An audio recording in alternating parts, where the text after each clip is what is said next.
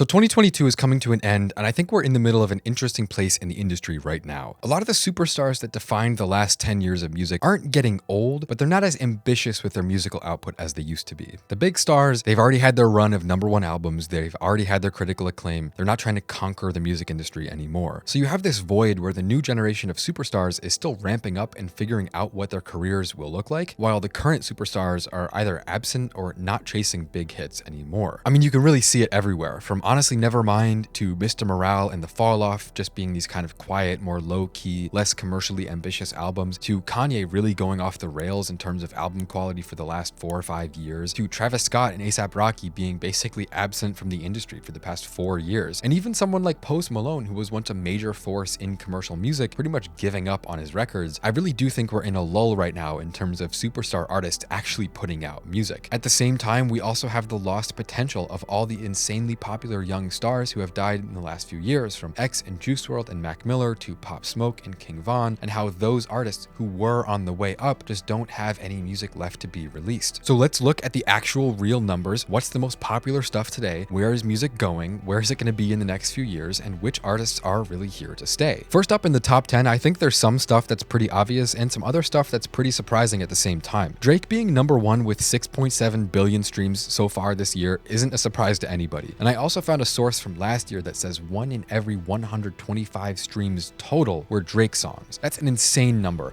Almost 1% of all streams were just one guy. That is absolutely ridiculous. Anyway, the second most streamed artist in the world is NBA YoungBoy, which is an absolutely mind-blowing fact to think about. Even though he barely has any social media at all, even though he doesn't get a lot of press, even though he doesn't really do interviews, doesn't really go on tour, doesn't really work with other artists or get features on his albums, he repeatedly talks about hating the music industry, he is still one of only 2 artists in the world to get more than 5 billion streams this year. And yeah, he did release 6 full-length projects this year with another one on the way, but whether it's 1 or 6, eventually people are going to get seriously bored if they aren't passionate about you as an artist. And it's just absolutely insane to me that YoungBoy can be the second most streamed artist of the entire year while basically not participating in the music industry in any way whatsoever. That definitely makes him one of the most unique artists of our generation, and it's an insane achievement all around. 3, 4, and 5 really aren't surprising at all. Taylor Swift is the last pop star anyone really cares about besides Beyonce and Rihanna. Bad Bunny has been breaking records for a few years now, and The Weeknd, even though Dawn FM wasn't as big of a release as the ones before it, he's still been on an international stadium tour this year, and he's one of the biggest artists in the world. Juice WRLD at #6 is pretty mind-blowing to me, considering that first of all, he died 3 years ago, and secondly, his last posthumous album came out in 2021. It's kind of hard when an artist dies because sometimes their career might cool off, but sometimes they get immortalized in this way where people start to love them more than they ever did in the past, which is understandable. But the fact that Juice WRLD is beloved so much to be streamed in the top 6 in the world when his catalog is finished and he's gone. You know, Juice WRLD isn't here to go on tour. He's not here to do interviews. He's not here to post on Instagram. But so many people are listening to him that he's still the 6th most listened to artist in the entire industry. There are a lot of other deceased artists on this list, but none of them are nearly as high as Juice WRLD, and it really says a lot about how much people still love him to this day, that he's being streamed more than artists who actively do tours and drop albums and do interviews this year. Morgan Wallen, I was pretty shocked by at #7 with 3.7 billion streams, because the first time I ever heard of him was the Lil Durk collab, but I'm fully aware that that's because I'm from the cities in the Northeast and that's just not his market. Kanye at #8 is also kind of crazy because we all know he's still in the zeitgeist and his albums still go to #1, but it's not like he drops singles or really participates in the music release cycle. I mean, Donda was big, but I think this number speaks more to the timelessness of Kanye's whole discography than it does anything he's doing today. Future at #9 isn't a big surprise, but it really does settle the debate on who's the biggest trap artist, because it's literally him. It's the guy who influenced everyone else and more or less invented the sound. So yeah, Future is now on his 7th #1 album in a row, and it's still a huge deal every time he drops, which is a lot more sustained success than most artists who are 10+ years in the industry can achieve. Lil Durk at #10 is really inspiring, considering that he's already had a career and a half, and he never touched the success he's at now until 9 or 10 years into the industry. You know, he's been growing rapidly since about 2019, but top 10 of the year is a huge deal, and he's totally earned that success. It's a great character arc for him. If you look at the way that Lil Durk first blew up 10 years ago, and then the way that his record label failed him, the way that his shows were flopping, his albums weren't doing well, and then seeing where he's at now, it's a pretty incredible character arc.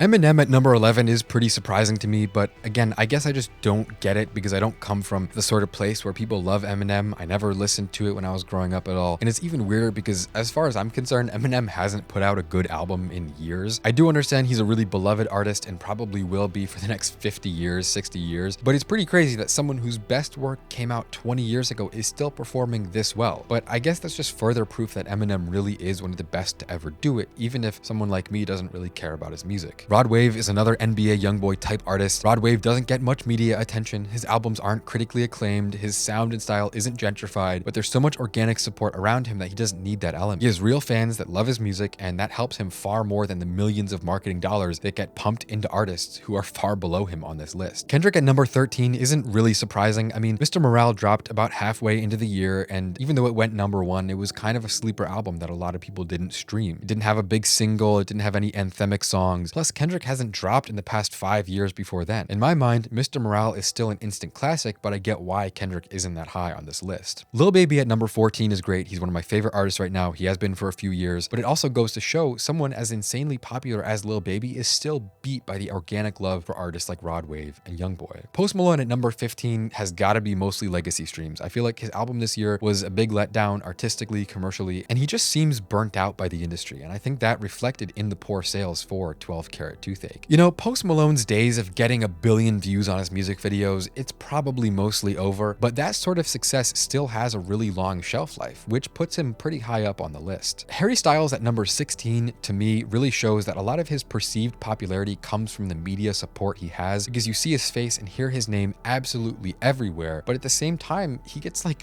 no streams compared to a lot of artists on this list who have not even nearly as much press as he does. Scrolling down the list again, I think it's good to see Polo G above Ed Sheeran. I mean, to me, that's just pretty funny. I know Ed Sheeran maybe isn't the force of streaming numbers that he was 5 years ago, but Polo G didn't even put out a record this year, and he beat out one of the biggest pop stars of the 21st century. Suicide Boys is another group I don't hear much about because I'm not in the demographic that typically bumps their stuff, but it's cool to see their careers have had this much longevity. And X and Mac Miller still being in the top 30 above Justin Bieber and Chris Brown is pretty insane, and it really reminds me of how much their music was loved by the people. While artists like Justin Bieber and Chris Brown might be considered more popular among the press and the PR and the media, at the end of the day, it doesn't matter because X and Mac Miller are legends, and their music will live forever compared to someone like Chris Brown, who just doesn't really have that much respect in the community as an artist or a person. Jack Harlow and Imagine Dragons ranking above Tyler, the Creator, and Pop Smoke is honestly insane. That should not be possible. It's insane. That's like an insult to the artistry of Tyler and Pop Smoke, two amazing artists. And I can't believe that Imagine Dragons is streaming more than them, let alone Jack Harlow. But one of the best things on this list is number 41, where we see that Yeat streamed more than Adele. Yeat streamed more than Bruno Mars. Yeat streamed more than BTS. I mean, it just sounds absolutely insane. Like, he's in the first or second year of his career. He's a newcomer to the industry, but the fact that Yeat streamed more than BTS is absolutely insane. I mean, people have been insulting him, saying he's gonna fall off next year, saying that his artistry is terrible, he can't rap, but Yeat might be here to stay. I mean, it's right there in the numbers. More streams than Adele and BTS and the Beatles? That is not nothing. It's also pretty crazy that A Boogie with a Hoodie ranks above Coldplay and the Beatles. I mean, I personally like his music a lot, but if you go on New York pages or hang out in New York, a lot of people talk about A Boogie like he's basically past his prime, like he never hit the mainstream. So it's pretty wild that he could end up in the top 50 artists of the year, above Coldplay, above the Beatles. I mean, it's unexpected. Playboi Carti at number 51, I think is pretty low for the amount of press and clout that he gets, but I think that's mostly because his catalog of music is way smaller than most artists, so he just doesn't have as many songs to listen to. Plus, Whole Lotta Red came out almost 2 years ago. Travis Scott is also pretty low on the list, but he hasn't dropped more than 3 or 4 songs in 4 years. I think it's nice to see Trippie Redd with over 1 billion streams this year. I really like his music. I always want to see him succeed, so it's cool that he made the list. Personally, I also want to give Lil Peep and Lil TJ a shout out for making the list. I think Lil Peep's catalog of music is a lot better than most people admit, even though he's kind of fading away at this point. And I've always been a huge fan of Lil TJ, especially him surviving that shooting earlier this year is one of the wildest and best stories of music in 2022. It's interesting to see that a lot of the bottom third of this list is full of boring pop stuff like Glass Animals, The Neighborhood, AJR, Panic at the Disco, One Direction, Halsey. I mean, it's just like the worst radio music around right now. It's not the best stuff out there. It's also interesting to me that Katy Perry, Lana Del Rey, and Lady Gaga are all in the same spot here, and it's just much lower than they probably were like 10 years ago. You know, when these female pop stars started to slow down and disappear, no one really came to replace them. Yeah, Taylor Swift is in 3rd place, but she's one of the only pop singers in the top 50, and she's the only pop singer in the top 20. The other ones in the top 50 being Beyonce, Rihanna, Ariana Grande, Billie Eilish, and Olivia Rodrigo. Again, like I said, Taylor Swift is the only pop singer in the top 20 artists of the year. I mean, yeah, I'm sure all these these women are still doing really well, but I think the archetype of the traditional female pop singer has much less of a presence than it did 5 or 10 years ago. Anyway, this is a pretty interesting list to look at. I think there are some big surprises, like NBA YoungBoy being #2 of the year, like Yeet being above the Beatles, Adele, BTS, Coldplay, Playboi Carti, and Travis Scott. I mean, this is like absolutely insane. These are artists that a lot of people don't want to give any credit. These are a lot of artists that people don't understand and,